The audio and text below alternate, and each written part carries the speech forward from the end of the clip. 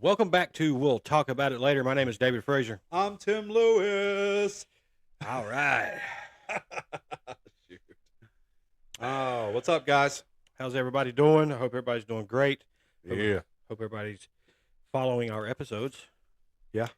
Funny story about following our episodes, Tim. We Yeah. are officially local celebrities.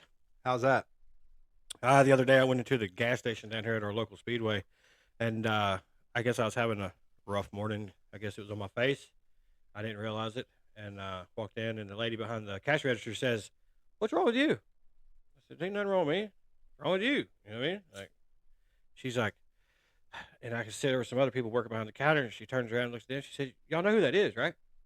And I'm like looking around like, "Who, me?" Yeah, and she's like, "Yeah, you're that we'll talk about it later guy, ain't you?" I was like, "Yeah, Oh. yeah, actually I am." She said, "Well, I just want to tell you that your podcast helps my daughter so much." She said, I have a daughter that's in active addiction, and she said every day I share your videos to her. She said every single day I share your videos to her. Wow. I said, "Wow, look at that." That's fairly local. I mean, that's what it's. That's the small things. Man. That's you know good what I mean? stuff. That's good stuff. Kind of brings you back to kind of make you, okay, well, this thing's working. Right. And we always said if we can just reach one. Yep. So, So, You know. shout out to the lady at Speedway. yeah. I can't remember her name.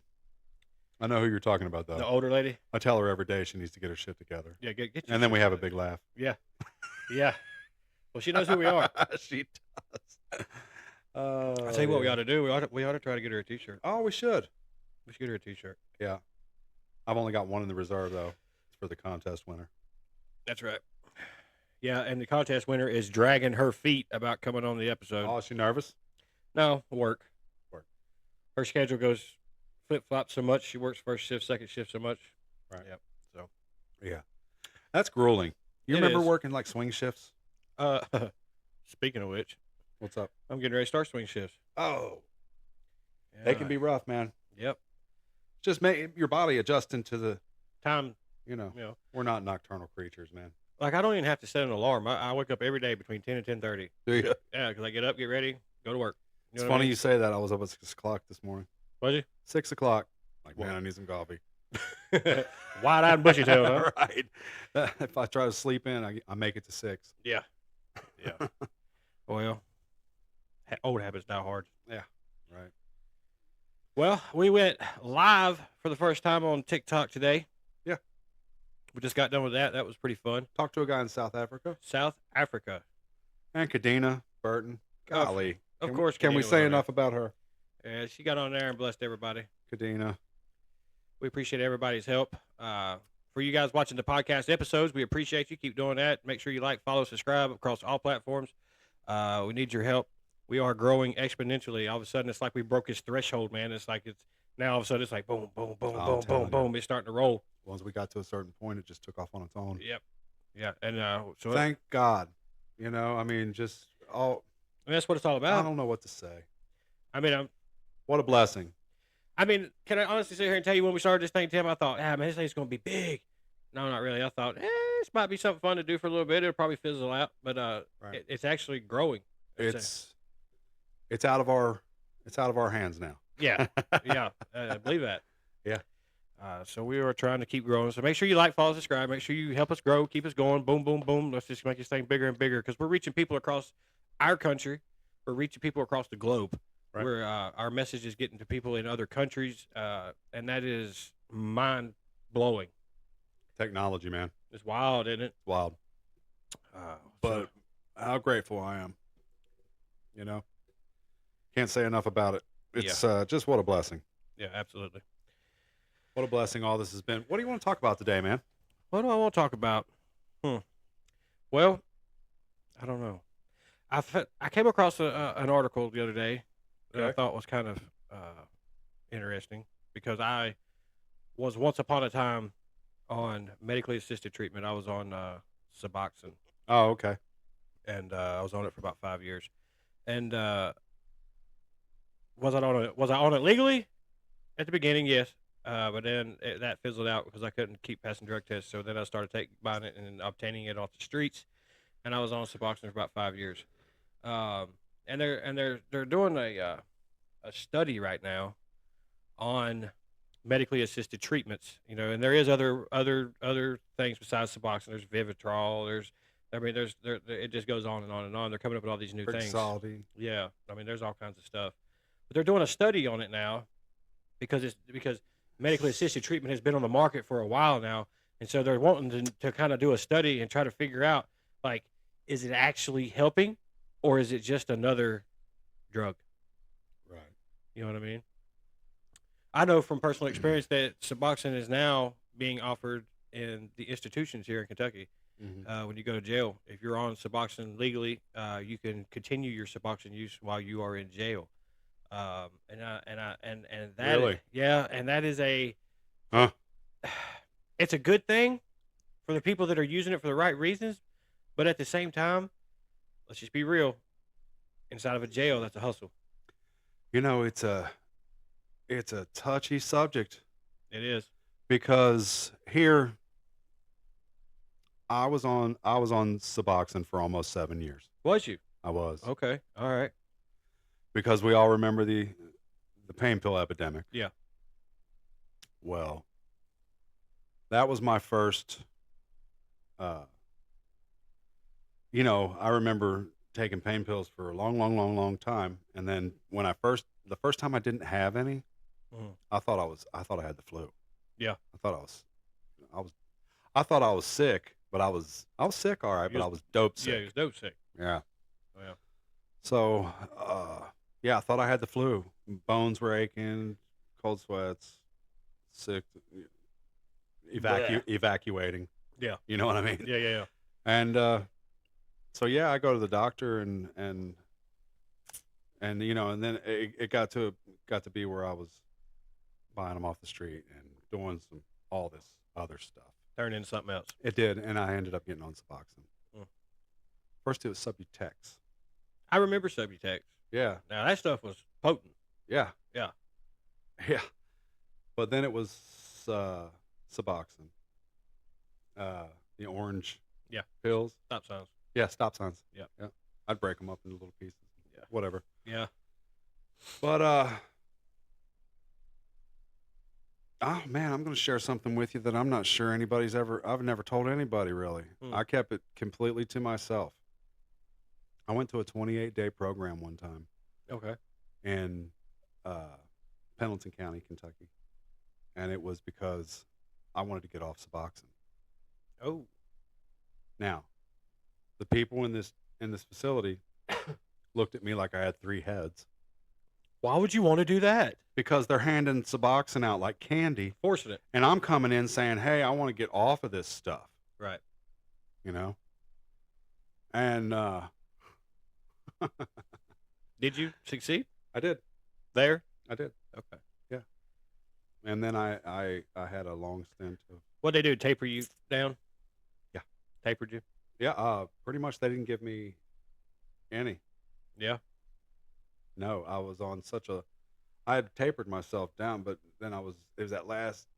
Just couldn't. And I was... Yeah. But it took me like 11, 14 days to stop having the withdrawals because I was... Oh, yeah. It's a bad motherfucker, man. It's crazy. Listen, I've come off of heroin. I've come off methadone. I've come off Suboxone. Okay? I actually got on Suboxone when I was trying to come off of heroin. I was doing heroin and methadone at the same time, right? Because I was on methadone for just in case I couldn't get heroin that day, I would be okay, right? But then I started doing both of them because I figured out I could do heroin while doing methadone.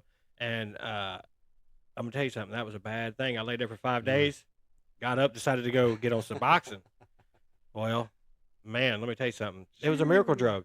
It was a miracle drug for me. That's what I thought about Suboxone. I didn't know when they give it to me that you were going to have withdrawals coming off Suboxone. I thought, this is the best. I don't even want this is pain perfect. Pill. I don't want any of that. This is the best thing ever. Yeah, great. How'd they do it? Yeah.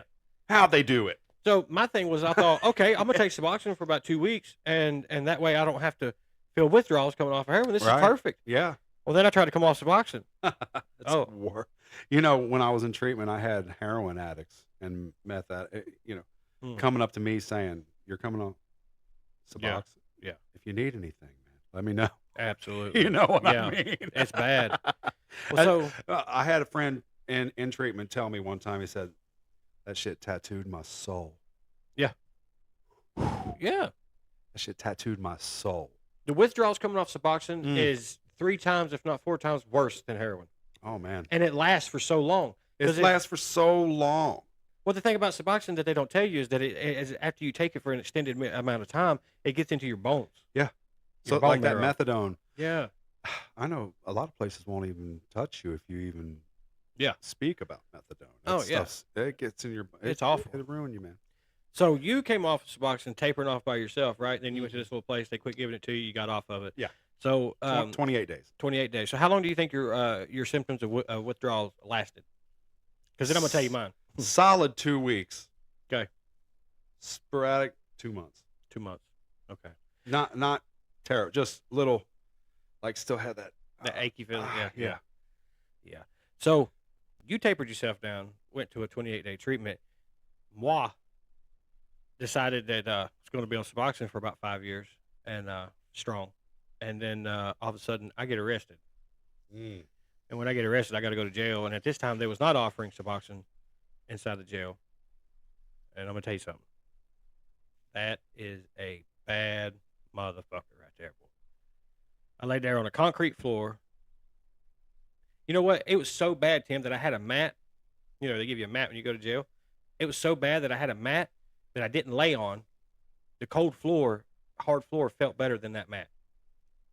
And I laid there for about 2 weeks, just Couldn't hold your mud. dying, just dying. Yeah. Luckily, I had a good celly. Look, they got where the jail I was in. It's like you got inner cells, then you got the middle part, and there's a lot of people sleeps out there in the middle part when you first get there. It's called the duck pond. You start out in the duck pond, you know, and then as you're there for a while, somebody invites you into an inner cell. You got a rack, that kind of thing. I was so bad, I was laying out there in the duck pond. I was there for about a day, and after I come out of the drunk tank, fella walked up to me and he's like, "Coming off subs, ain't you?" I said, "Yeah, dying." Because I mean, while I'm laying in the duck pond, just in jail, I'm trying to act like, you know, I'm tough, I'm good. You can't show weakness, right? So I'm laying there and I'm like, yeah, I'm coming off of him. He's like, "You can slide on the floor in my cell." Thank God he did, because it was about 2 days after that is when it really sunk in. And man, I'm telling you what, he was a good celly. He'd get up in the middle of the night, I'd be sitting there, you know, shaking, rocking back and forth. He'd throw me a piece of candy. He'd throw me a honey bun. Oh man. You know. Just that little sugar. Yeah, just trying to help me out. Yeah. You know. Yeah. Coming off of medically assisted treatment is a bad thing. So I'm on the fence with it. I'm on the fence with it. I've seen it take some you know, for one thing, they can regulate it, and it's, you know, what you're getting each time you open the package, and Yeah. and That's true. but I don't think it's an end. I don't think it's a means to the end, and that's Now, I'm not a doctor, Tim, but now tell me if you agree with this statement. I'm not a doctor, right. but I feel like if a person coming off of heroin, coming off of whatever, if used correctly and used within a certain amount of time, like let's say you're coming off of heroin, you use Suboxone for 30 days, and you taper down on Suboxone while you're in that 30-day period, and then you quit Suboxone right after. Mm-hmm. That I feel like would be correct. Like that's a nice way to use it. You know what I do hear about is this Sublocade. The shot. And there's no withdrawals once you stop taking it. That's what I hear. That's what I hear. So I never used that. no, but that to me is, It almost sounds too good to be true. it does. But you know, the people who are thinking that Suboxone, it's not meant to be for life. Right. It's supposed to get you off of something. Right. And that's the thing, I think, is these people have traded, and don't get it twisted. You see somebody on their Suboxone, they're slumped. Yeah, a lot of people are. Some people. Yeah. Some people are just that you wouldn't be able to distinguish whether they were on heroin or Suboxone. Well, they've traded one for another. They have. And well, I mean, you know how I feel about the pharmaceutical companies. I've talked Right. about that before. Right. You know, it's they figured it out. Yeah. They figured out a way to And we got profit off of and we it. got some comments on that reel too, by the way. Yeah. Yeah, some people agreeing, some people hating, but Yeah. more agreeing than anything. Yeah. Because it only the math. I mean, it only makes sense. You know what I mean? Uh-huh. But so let me ask you a question here with this. What's your viewpoint on? Let's say you're sitting in a meeting. Somebody says they got 6 months clean, Hmm. but you know for a fact that they're using Suboxone. Do you consider them clean? No. I don't either. No, I don't. That's And a it's substance. coming from a heavy Suboxone user. Right. No, I don't, because I know better. Right. I know better, and it's not it might not be a popular belief or opinion, but But it's yours. to me, Yeah. that's not clean. I'm the same way. I used to say I was clean when I was on Suboxone, but I wasn't. You know what I mean? Now I am officially clean, coming up on 2 years of any substance. Right. And I can say that with pride because I feel like I am clean. You know what I Mhm. mean? I'm in agreement. I don't feel like you are clean if you're coming off Suboxone. I don't either. I feel like you're on the right path. And I'm not saying Suboxone is wrong. I'm not saying that you shouldn't use Suboxone if you're trying to come off of or Vivitrol or whatever. I agree with you 100%, man. Yeah, I mean, 100,000%. I th- But it's let's a good not. stepping stone It's just a way to get you there. to ease your sorrow and pain off of Yeah, heroin or fentanyl or whatever. But then it's time to move on from Suboxone. You got to gotta get off of it. get your life back together, man. Yeah, Because you're going to walk around in a haze. I'm in agreement. I'm in Yeah. agreement with that. Yeah. Yeah, I tell you what. Whew, Suboxone. That's a bad motherfucker. Mm-hmm. But there's other stuff. Vivitrol. Yeah, have you ever done Vivitrol? No, I haven't. I haven't either, but I've heard that it works. Yeah, it's mostly for alcoholics, right? Right. But I've heard that the thought of a beer, Makes you sick. the smell of it, That's what I is- hear. You don't. It's repulsive. Yeah. How they do that? It's wild, ain't it? How they do that? I don't know. I don't know. It's the receptors and Mhm. and whatever. I don't. There's a whole science to it. There is. It's like I said. I'm not a doctor. I'm not here to give you medical advice. I'm not knocking anything, and I'm not knocking medically assisted treatment because I feel like it does help people Right. if used appropriately. And you shouldn't go. Well, I would hope that somebody would go into treatment thinking, Oh, I can just get on Suboxone. well, that's what a lot of them do think. But I know. would hope that they would think, I'm going to go in here, get medically assisted to help ease my pain, and then I'm going to walk out of this place Oh, nothing. free and clear of substances. Yes. But unfortunately, that's not how things work. Not with every case. No. But Some cases, I don't know. I've seen it happen. I've seen people come in, but like, I don't want that. I don't I want was one that. of 'em. I was one of 'em. Was you? Yeah, When me I too. came- This time, I didn't want anything nothing. They asked me in my little thing. They said, I don't want that. Do you want medical assisted treatment?" I said, "No." Absolutely not. Been Nope. there. Yeah, I'm If done you've with ever been through those withdrawals and made it out on the other side, you don't want to go back. it. Absolutely not. Absolutely not. You don't want to go back. That's for Absolutely. sure. Woo. Yeah, and that's a big touchy topic with a lot of people. There are many good people in both camps. There are good people on both sides. No, but I can tell you from honest Uh, experience. Like I said, the first time when I went to jail before I came to treatment, it was not offered in the jail. I went to treatment, and everybody knows I've talked about it. I had to go turn myself back in when I got out of treatment. Right Mhm. when I went back to the same jail, Tim, they were offering Suboxone to people who had a prescription for Suboxone. If you had it legitimately on the street, they was offering you to continue your Suboxone there. And I'm gonna tell you something. It turns into a hustle. That's a hustle, ain't it? If you got somebody that's going up there every morning to get their Suboxone in your pod, that he is a rich man. He is a rich man. That's as far as I'll go with that. I'm not going to speak on it too much, but he is a rich man. Well, I mean, if anything, criminals are creative. Yeah. If they take away smoking in the jails, you can't smoke cigarettes in jail no more, can you? No. So So the jail offered us e-cigs. it's evolved. They can charge you $1,000.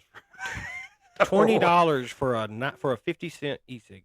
$20. That'll last what, a day, if that. if you're lucky. If you got a buddy that they're with you that don't get nothing, of course you're gonna let him hit it. Yeah, it's about a half a day, Crazy. and they spend it like clockwork. Boom, boom, boom, boom, boom, boom. So let me just Go ahead. sidebar. Mhm. Sidebar. just because I'm curious, Dave. Mhm. Say I say that we have a friend who gets locked up, Mhm. county. Okay. He's in county, and we know he needs some stuff, and we take $50 up there and put it on his books. How much of that does he get? He gets to 50. He does. Well, now different jails are different. Like the jail that I was at, but for this last time, let's just use that for an example. That was PCDC, Pulaski County. Um, when you go in and they take you in, you get a booking fee, right? $50.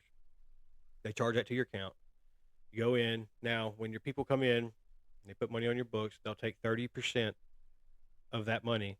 So let's say you brought me $100 bill. They're going to take $30 and put it towards that booking fee. Then you get the rest of it. Until Okay. that booking fee's paid Until off. it's paid off. Okay, gotcha. And then once you pay it off, you get 100% of your money. Oh, okay. Yeah. I thought that the jail was just No, skimming but they off get you. But they get you with like the markup. Well, they get you with the markup. They get you with the e-cigs. They get you with the tablets because they give you a tablet so you can visit your people, talk to your people whenever you want. You know, your money's on your account. You can do whatever you want to on that tablet. You got to pay for music. You got to pay for visits. You got to pay for your phone calls. You know what I'm saying? So they get you. But a smart person that is incarcerated, a smart person, could live comfortably on $40 a week.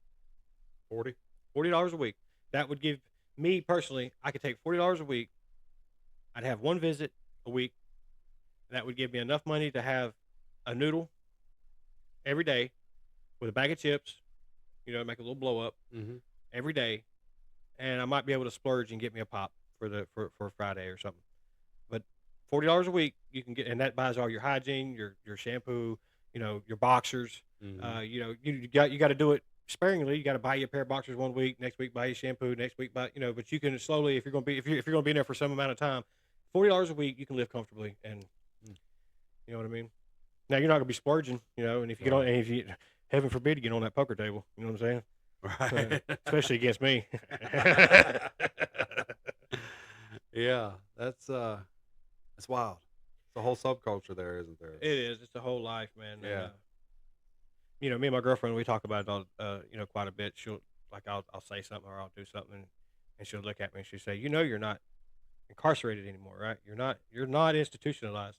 And she tells me this, even though I do have some institutionalization personalities and some things I still do. I think we talked about this the Yeah. other day briefly. Yeah, you know? and she tells me all the time, but I like how she tells me. She refuses to accept it. You are not institutionalized. She tells me that all the time. You're not incarcerated no more, and you're not going to be incarcerated no more. So stop. Right. You know what I mean? But some of those behaviors it's hard to deviate away from some of it. It's ingrained. Do you in think us. she's saying that to you just to try and Boost me up? pick you up out of that? Yeah. Yeah. Absolutely. Yeah. Yeah. She just will not. She won't. She She, won't I don't acknowledge think it. she wants you to accept that. Right. That you know? Yeah. Hell It's how people do things. You know what I mean? yeah. It's good. Yeah. So Good stuff. Good my stuff. my man. view on medically assisted treatment, if I had to recap it into a sentence, I think that medically assisted treatment helps people if it's used appropriately, and you use it as a stepping stone. Don't Mhm. use it as a long term, you know, vice or Right. solution. Because the whole point of getting sober is to get sober. That's right. And if you're worried about that Suboxone, you're using the same part of your brain that's worried about that drug. And that's the study that they're doing it on. That study Yeah. is on that specific thing. Because they know that it's helping. They know that people are using it and getting off of drugs. Hell, our overdose rates are going down. Mm-hmm. You know what I mean? Of course it's working. But are they using it and getting off of it, or are they using it and just staying addicted to this new drug? I mean, that's what it is. It's a drug. Mm. So that's my, Selective serotonin reuptake inhibitors, SSRIs. That's what they are. whew, Yeah. see what I mean? See what I mean? Smart guy over Don't here. give me that shit. Yeah, man. you see what I'm talking about? Selective serotonin reuptake inhibitors. Then he looks at me, stupid. No. You know, the shit that makes you feel good in your brain. You know what I mean? That's right. That's right. Oh, Lord. My dude. Yeah, man. Uh, So, anything big coming up that we need to announce? Anything going on? man, so you know how we keep pushing Winchester up, we keep pumping them up because they do a lot for the community around here. Yeah. Well, I didn't know that Rock the Block is a monthly thing. Yeah, during the summertime, they do like 4 or 5 events. Wow. Yeah. To me, that's incredible, man. I don't know another community, not that I'm aware, that does. I've never been a part of one. Wow. Well, you know what? I can't honestly say that. I can't honestly say that because to tell you the truth, I don't know if I was a part of a community that did 'Cause that or you was not. high, wasn't you? Yeah, I was too busy doing other shit. Yeah. I had no clue what was going on in the community. And matter of fact, Didn't care. if a parade was going on, I avoided it like the plague. Too many people there. Yeah. Oh, yeah. I ain't doing that. Yeah. Police down there. Hey, at least I know where the police is at. Right. Yeah. He was on the other end of town. Right? Yeah. Oh yeah. No, yeah. I'm proud to be a part of this community. I'm proud to be a part of the things that I'm a part of today. Yeah, man. Yeah, for sure. It's good stuff. Recovery is possible if you want it. Like I We're- tell everybody, do we have everything in the world that we want? No. But do me, Tim, do you, do we have everything that we need? I have everything I need, man. I have everything I need. Everything I need. I don't have everything I want, But I got everything I need. but I have everything I need. And that's what it boils down to, right?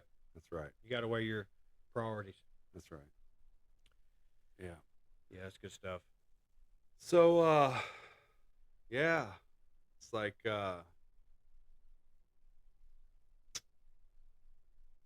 I'm just really grateful today, man. Are you grateful? What are you grateful for, Tim? You want to share some gratitudes? Yeah, we can share some gratitude. I am grateful to have a job, like a real job. Yeah. I'm grateful to be clean and sober. I'm grateful to have the recovery community around me, supporting me, encouraging me. I know they got my back. There's no doubt about it. Mm. I've never had a group of people in my corner like I have right now. Yeah. I might have thought I did. Turns out, the friends you think you have Ain't there. wasn't nobody putting money on my books. Believe You that. know what I mean, Believe that. you know what I mean? Believe that. Real quick, even when I was in treatment, you know how many times somebody put money on my books? Not once. Not one time. Not one time. Kind of humbling in it. Mhm. Yeah. Like a wake up call. Yeah. Did you try to get money on your books? Yeah. You did? I would do work around the center. No, I mean, did you reach out on the outside to Oh, hey, absolutely. and nobody come through? Nobody came through. On that little tidbit, Because you want a little bit of money. little something to buy you a pop, bag of chips, Yeah. something. On that little tidbit, nobody put money on my books either, Tim. Except for my son. Shout out to my son, Britton Fraser. You know who you are out there, my dog. He come through for old dad on this last one. Did he? Yeah, but well, listen, he's working a job. And I Mhm. felt this tall. I felt this tall that my 18-year-old son is working a job and putting money on dad's books because he knew I needed it. Yeah. But he wanted me to get sober, and he had faith in me. But besides my son, nobody ever come through and put money on my books neither, except for when I went back to jail and I turned myself in, and my recovery community that was standing behind me, that believed in me and had faith in me and wanted to see me succeed, hit my books every month while I was in jail. Yeah. No, that's awesome. That's the writing's on the wall. But do you know what, Dave? So without having people to put money on my Mhm. on my account, I had to figure something out. Right.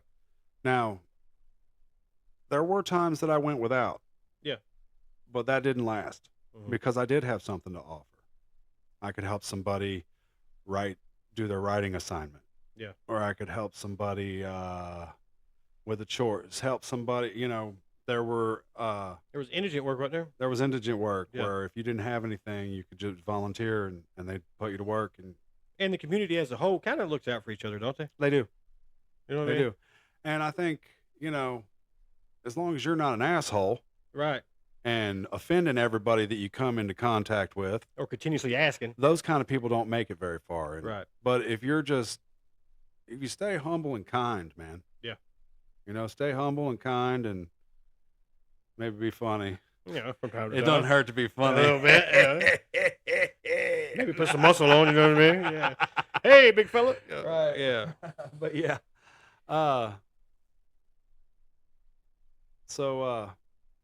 Yeah, that's That's your gratefuls for today? that's my gratefuls for today. What are you Well- grateful for today, man? What am I grateful for today? I'm grateful for Harley Davidsons with a 121 with a Baker 6-speed transmission and Get 21 the inch front fuck wheel. outta here. Yeah. No, I'm grateful to be alive. I'm grateful that I'm grateful for my mistakes today. I'm grateful for the you like that, didn't you? Yeah. No, Who's funny now? yeah. I'm grateful. I'm grateful for a lot of things, man. I'm grateful for my mistakes. I'm grateful for the lessons I've learned. I'm grateful for the people I got in my life. I'm grateful for my girlfriend. I'm grateful for, my friends. Uh, I got so many people in my corner backing me up right now that it is insane. I'm grateful for my job. I have a job now that I pay my bills. I pay my child support. I pay all my bills are paid. I'm grateful that I'm grateful for my health, and most of all, I'm grateful for God. God has shown me a lot of love and a lot of grace and a lot of forgiveness and a lot of blessings. That's what I'm grateful for. Man, get out of here with that You know what I'm saying? Pretty good. Yep. Pretty good. Not bad. Well, Tim, yeah. you ready to wrap this one up? I am, man. It's a pretty good little episode. Pretty good. Not bad. Listen, guys, thank you guys for coming and watching us every week. Thank you, everybody, for just liking, sharing, and following. We appreciate everybody that's in that's in the facility that is sharing our podcast with people. We appreciate everyone that watches and engages and comments and likes and does all that stuff. We appreciate you because you're helping us grow and you're helping other people heal, and that's the whole point of this podcast. Every bit of it. Every bit of it. Every bit of it. We appreciate you guys so much, man. We even appreciated people that don't agree with us. Yeah. Leave that comment. Tell us what you disagree with, because maybe you got a point that we haven't looked at yet. We can have a healthy disagreement. Absolutely. We believe that's how we grow. That's how you learn. Well, guys, my name is David Frazier, I'm Tim Lewis. and we'll talk about it later.